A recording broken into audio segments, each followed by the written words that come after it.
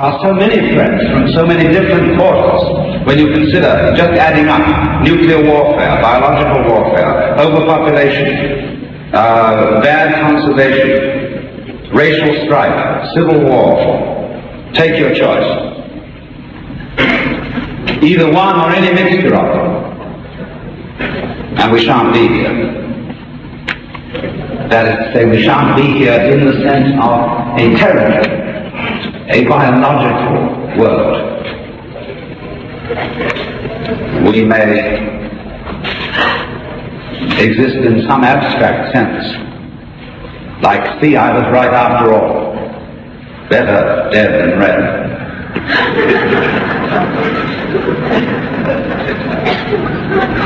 Now, herein exactly lies the problem of the future. When I make prophecies from a purely realistic and hard-boiled point of view, I tend towards the extremely gloomy side of things. I have never yet voted in an election where the candidate of my choice won the election. And I tend to feel that practical politics is a matter of assessment. That human beings are so stupid that they will always do what they can do. What can be done must be done. And that we will go like the Gadarene swine down the hill. And if I were betting on it, and I had somewhere to place my bet, I would bet on it that way. But I don't have anywhere to place my bet. And furthermore, I can look at it from a point of view where I'm not just an objective bystander looking at this situation as something which I'm just going to predict about. I'm involved in it. And as I'm involved in it, I'm damned if I'm going to let it happen that way.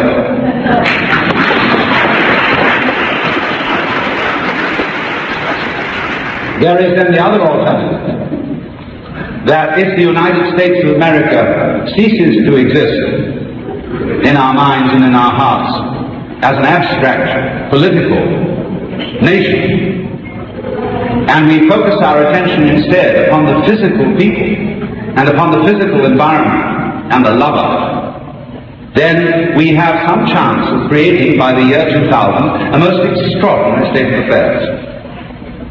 But it is based upon the realization of that distinction, I repeat, between the territory, the people, and all the biological life that goes with that situation, on the one hand, and on the other, the United States as a nation with pride and honor. You know, quite recently the Congress passed an act against burning the flag, with all sorts of patriotic speeches. And those same congressmen are responsible directly for burning that for which the flag stands, by absolute callousness as to the care of the physical nation, the water, the air, the crops, the forests. So this is the great confusion of civilization. And if we don't find some way of overcoming it, I'm afraid 2000 AD will see us as a non-geographical expression. The point then is this, that civilized man has developed the incredible technique of symbolization, of words which represent things of events, of numbers which represent patterns and arrangements of physical nature, of social institutions, laws, states, family patterns, and so on. And in these terms, he represents the physical world in the same way as the menu represents the dinner. But he has been so fascinated by the power of this symbolic way of looking at things that he very easily confuses it with what it represents, and so has a tendency to eat the menu instead of the dinner. And this is precisely the disease from which those congressmen who are rated about burning the flag are suffering from. But this disease assumes much more serious forms. And the one I want to talk about first as the major obstacle to the survival of the territory in the United States in the year 2000 may be symbolized by the confusion of money with wealth. You remember, don't you, the Great Depression, when suddenly the whole country was in a state of poverty for the reason that there was what they call a financial collapse. There was no diminution of our natural resources, there was no diminution of our physical strength, of our intelligence, but suddenly, almost overnight, we had an economic depression, incredible poverty and suffering, because of a financial slump. As if you came to work one day, and they said to you, you were going to build a house, and they said, sorry baby, but can't build a house today, we haven't got any inches. What do you mean we haven't got any inches? Have we got wood? Have we got lumber? Oh no, we don't need inches of wood or inches of lumber. We got tape measures. Oh no, not tape measures, just inches. There's just no more inches to go around. And that's exactly what happened in the Depression. Based on the fallacy that money is wealth, or that money is real. Because money is in a sense a reality, but a reality of exactly the same order as inches, hours, or lines of longitude. It is a measurement of wealth, but it is confused with wealth. And this is the main thing which is blocking the proper expansion of our technological genius at this time. There is no question that within a relatively short time, we have the technical capacity to wipe poverty off the face of the earth. It isn't a question of the old socialist programs of robbing the rich to pay the poor. All that kind of thinking is entirely obsolete. It is a question of realizing that we are now in 1968, long beyond the age of scarcity, in which we cannot provide adequate and more than adequate necessities and luxuries for every human being on this planet. It is technically possible. The amount we have spent upon warfare collectively since 1914 could have given every human being on earth a comfortable independent income. And the amount we are spending daily on the war in Vietnam could abolish the problems of almost all underdeveloped nations in the world. But the confusion is, when we suggest the very idea that money doesn't matter, people feel deeply insecure. And if we should go further than that and suggest such outrageous ideas as that in the year 2000 AD there will no longer be taxation, that all utilities will be free, and that every citizen, instead of having to pay his taxes, will receive from the government a guaranteed basic income. People say, where's the money going to come from? As if money was something that came from somewhere, in the same way as iron, or hydroelectric power, or lumber, or just plain energy. Money doesn't come from anywhere and never did. Money is an invention, in the same way that inches and hours and clocks and rulers are inventions. Money is a measure of wealth. Now, if we define wealth as consisting of a sum of three things, wealth is firstly energy, secondly technical intelligence, and thirdly raw materials. Those three things. When, for example, people think that gold is wealth and use gold for money, gold being used for money becomes immediately useless for anything else.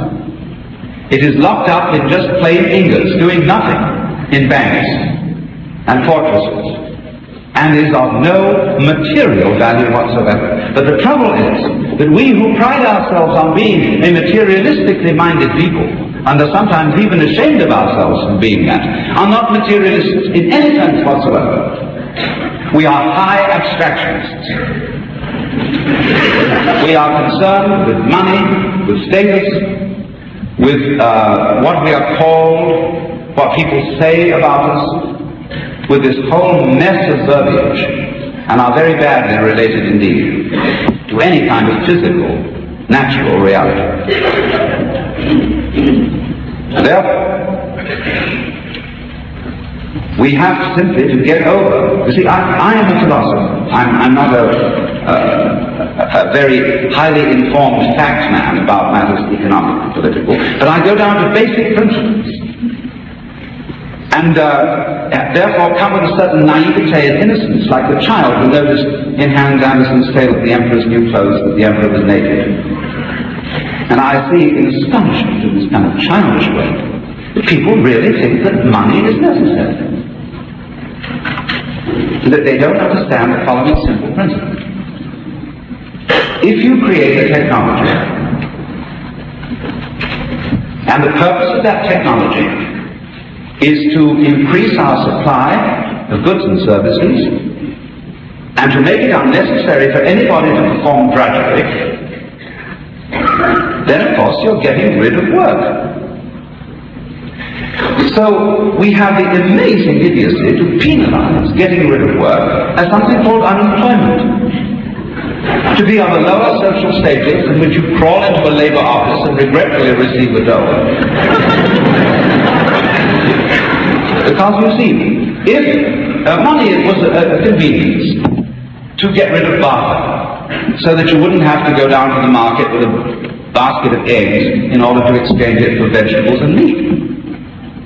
But if you have nothing to barter with because the machines are doing it instead of you, then the people obviously have to credit themselves for the work done on their behalf by the machines.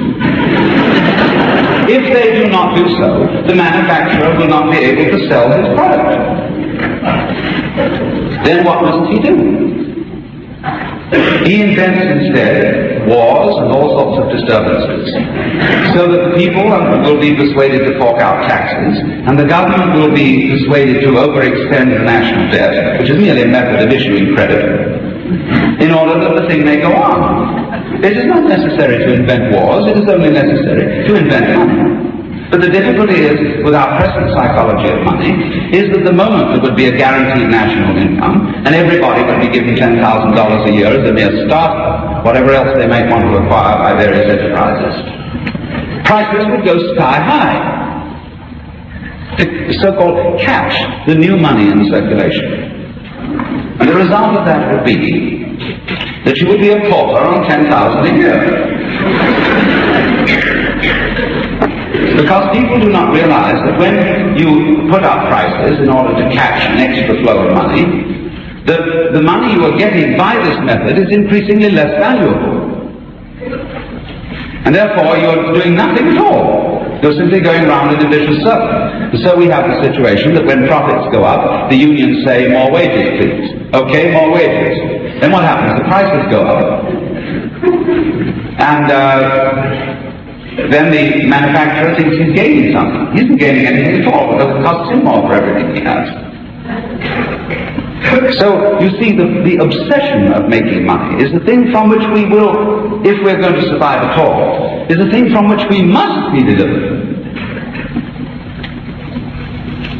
Because if you substitute for the idea of money the sensuous experience of real material wealth, you will very quickly realize that you cannot drive 3 cars at once, nor live in 6 houses at once, nor eat 5 breakfasts simultaneously.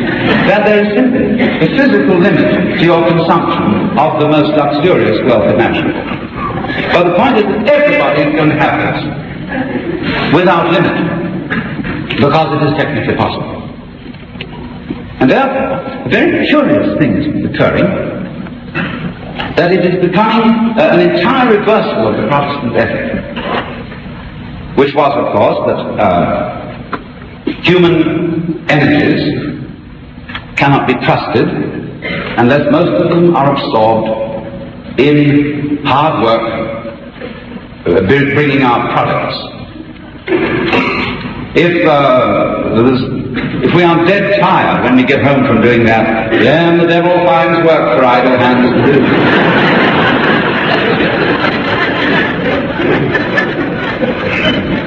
And there will be pleasure seeking and orgies.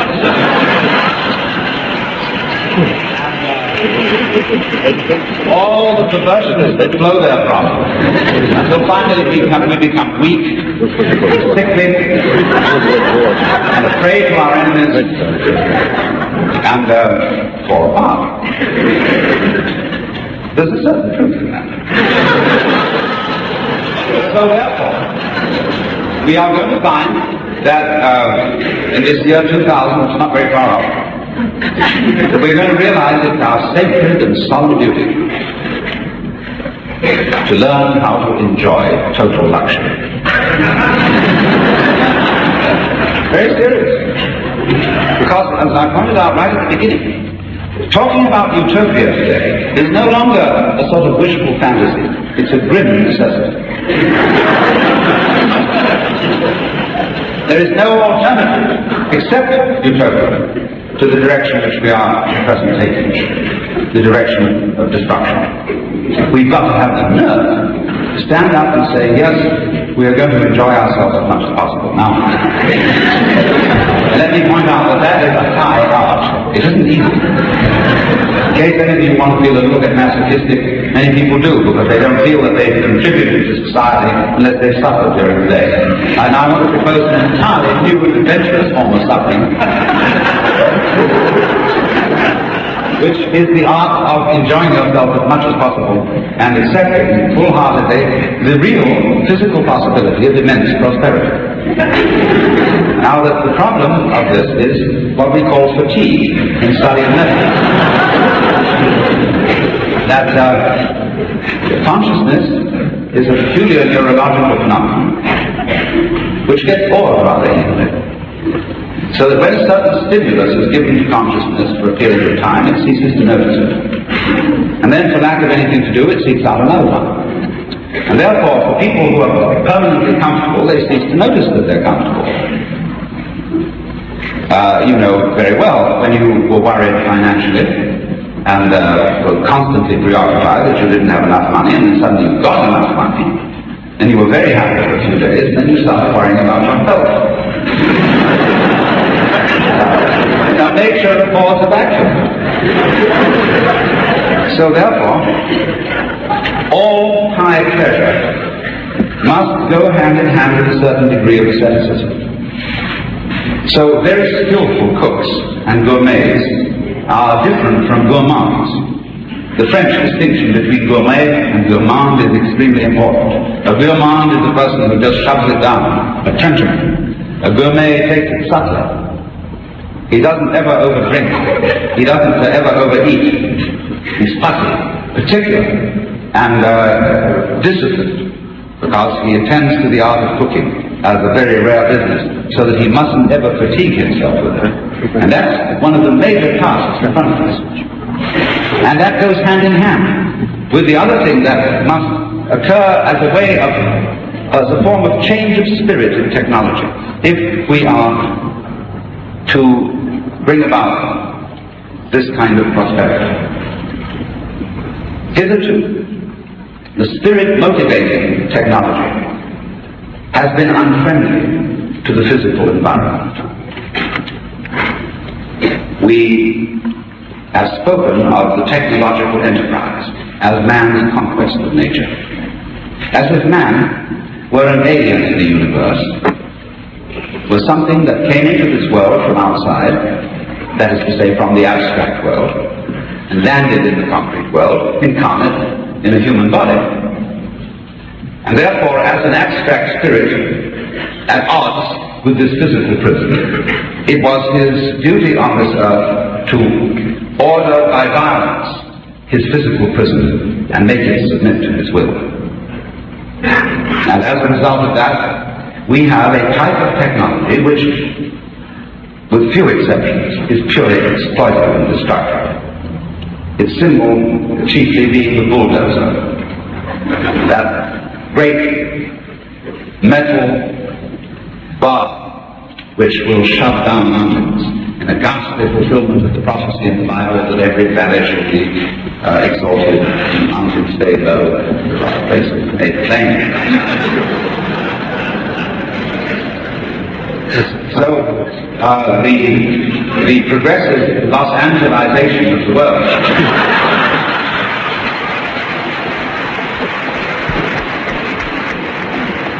you are the way back now.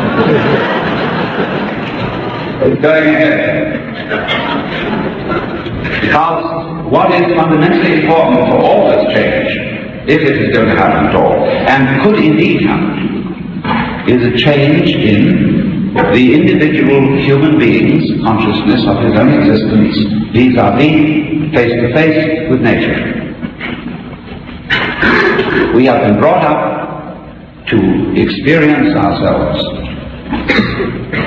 as separate souls or egos, occupying bodies, and confronted with a world of nature that, since the disappearance of God at the end of the 19th century, is a profoundly stupid environment consisting of animals who are not very bright, rocks which are quite clearly stupid, and other electronic forces which have only rationality insofar as our physicists can impose it upon them. And therefore we feel quite alienated from the outside world, and we feel that we are mere occurrences.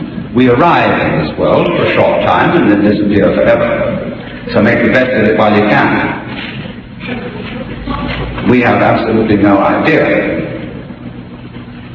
of experiencing our relationship to the physical universe, as both ecologists and physicists know it to be. The ecologist knows that a human being or any other organism is not something that comes into this world from somewhere else, but is an expression of it, grows out of it, like fruit from the trees. And it's absolutely imperative that we realize this. Because only on the basis of that new kind of conception of the human being, or feeling of human existence, can we have the motivation for developing a technology which will cooperate with the environment instead of merely destroying it. If you are a great wine bibber and you love to drink, you must realize that with that goes love of grapes. You can't just tear grapes off the hill and mulch them into wine. You've got to love them in such a way that those grapes will be happy to return to your hills year after year. That's real technology. No matter what instruments, no matter what chemicals you use, you must love the grapes on the hills, and they will come back often enough to give you plenty of wine. And so